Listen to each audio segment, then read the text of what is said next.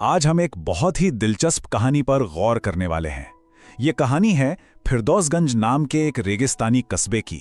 एक ऐसी कहानी जो हमें नेकी और उसके अंजाम के बारे में एक बहुत ही गहरा सबक सिखाती है। और जानते हैं, इस पूरी कहानी का जो सार है ना, वो इसी एक लाइन में छिपा है। ये हमारी कहानी के हीरो आरिफ का जीने का तरीका है। एक ऐसा नौजवान जिसके पास एक नेक दिल के सिवा और कुछ भी नहीं था। तो चलिए कहानी की शुरुआत करते हैं। जरा तसव्वुर कीजिए, फिरदौसगंज के सबसे अमीर सौदागर ताजिर साहब की एक बहुत बड़ी आलीशान हवेली, और यहीं सैकड़ों नौकरों की भीड़ में हमारा हीरो आरिफ एक बहुत ही मामूली सी जिंदगी जी रहा है। आरिफ, उम्र बस 20 साल, काम है हवेली के बाग की देखभाल करना, दिन भर पसीना बहाना। उसकी जिंदगी भले ही गरीबी में बीत रही हो, लेकिन दिल में एक ही उम्मीद है, अपनी बीमार माँ और छोटी बहन को एक बेहतर जिंदगी देना। अब कहानी में मजा तब आता है जब हम इन दो किरदारों को देखते हैं।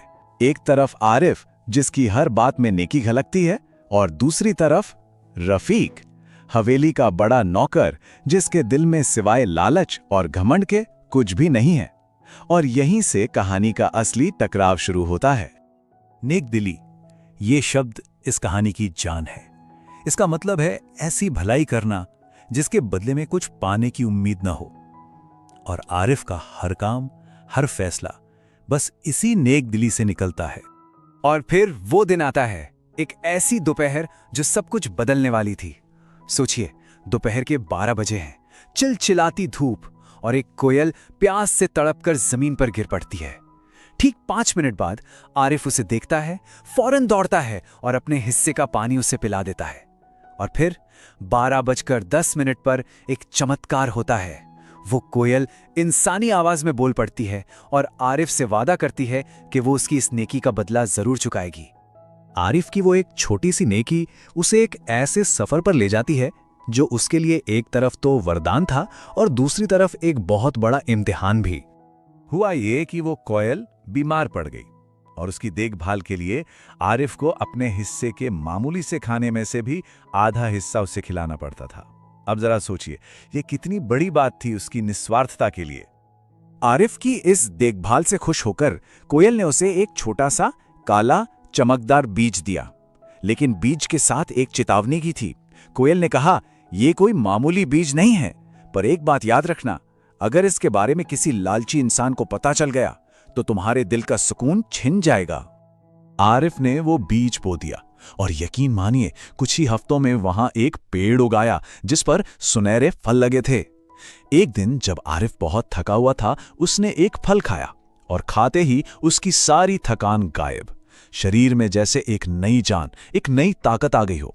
ये तो सचमुच एक जादू था। लेकिन कोयल की चेतावनी सही थी। ऐसा जादू, ऐसा चमत्कार भला कब तक राज रह सकता था, खासकर तब जब रफीक जैसी लालची नजरें हर वक्त मौके की तलाश में हों। और हुआ भी वही। रफीक को इस पेड़ के बारे में पता चल ही गया। उसने भी छिपकर एक फल खाया और उसे लगा जैसे उसकी उम्र 10 साल कम हो गई हो। पर देखिए फर्क देखिए, फल ने आरिफ को ताजगी दी तो रफीक के अंदर के लालच को और भड़का दिया। और उसी पल उसने ठान लिया कि आरिफ को फंसाकर ये पेड़ हथियाना ही होगा। और बस यहीं से रफीक का वो घिनौना खेल शुरू होता है जो आरिफ को उसकी जिंदगी के सबसे अंधेरे मोड़ पर लाकर खड़ा कर देता है। सीधा साधा प्लान।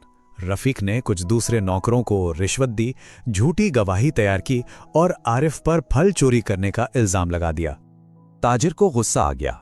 बिना सोचे समझे उसने आरिफ को आंगन में रस्सियों से बंधवा दिया। बेचारा आरिफ एकदम अकेला, बेबस, वो यही सोच रहा था कि क्या नेकी का सिला यही होता है, ऐसा अन्याय। लेकिन कहानी में एक और बहुत बुरा मोड़ आता है।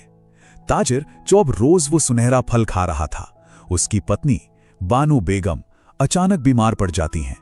पहले दिन तो सब ठीक था, पर दूसरे दिन उन्हें चक्कर आने लगे और तीसरे दिन तक वो बेहोश हो गईं। किसी को समझ नहीं आ रहा था कि ये क्या हो रहा है। अब जब हर तरफ से नाउम्मीदी है, जब लगता है कि सब कुछ खत्म हो गया, तो एक ही सवाल मन में उठता है, क्या अच्छाई की अब भी जीत हो सकती है? और ठीक इसी नाउम्मीदी के पल में कहानी पलट जाती है। वही कोयल हवेली की छत पर आकर सबके सामने बोलती है, आरिफ बेकसूर है, इल्जाम झूठा है। एक ही पल में उसने रफीक के बुने हुए झूठ के जाल को तार तार कर दिया। सच्चाई के सामने आते ही अब एक नई दौड़ शुरू होती है, एक तरफ इंसाफ करने की और दूसरी तरफ एक जिंदगी बचाने की। कोयल के बताने पर आरिफ भागा भागा गांव की एक समझदार बुजुर्ग अम्मा जरीना के पास जाता है। अम्मा जरीना हवेली आती हैं और इलाज शुरू करती हैं। सबसे पहले कमरे को साफ किया जाता है, फिर वो कुछ खास जड़ी बूटियों को फल के रस के साथ पीसकर एक लेप बनाती हैं। इस लेप को धीरे से बानो बेगम के होठों पर लगाया जाता है और फिर पूरी रात सब्र और दुआओं के साथ इंतजार किया जाता है। और सुबह होते ही बानो बेगम की आंखें खुल जाती हैं। वो बिल्कुल ठीक थीं। ताजिर को अपनी भूल का एहसास होता है और फिर होता है इंसाफ। आरिफ को ना सिर्फ इज्जत मिलती है बल्कि जमीन और एक नया घर भी मिलता है। वहीं लालची रफीक को बेइज्जत करके शहर से निकाल दिया जाता है और ताजिर वो भी एक सबक सीखता है और पहले से कहीं बेहतर और नरम दिल इंसान बन जाता है।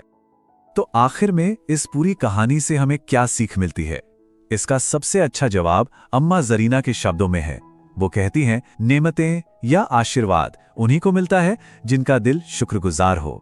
लालच तो वरदान को भी श्राप में बदल देता है और इज्जत पाने का सच्चा रास्ता हमेशा सब्र और सच्चाई से ही होकर जाता है।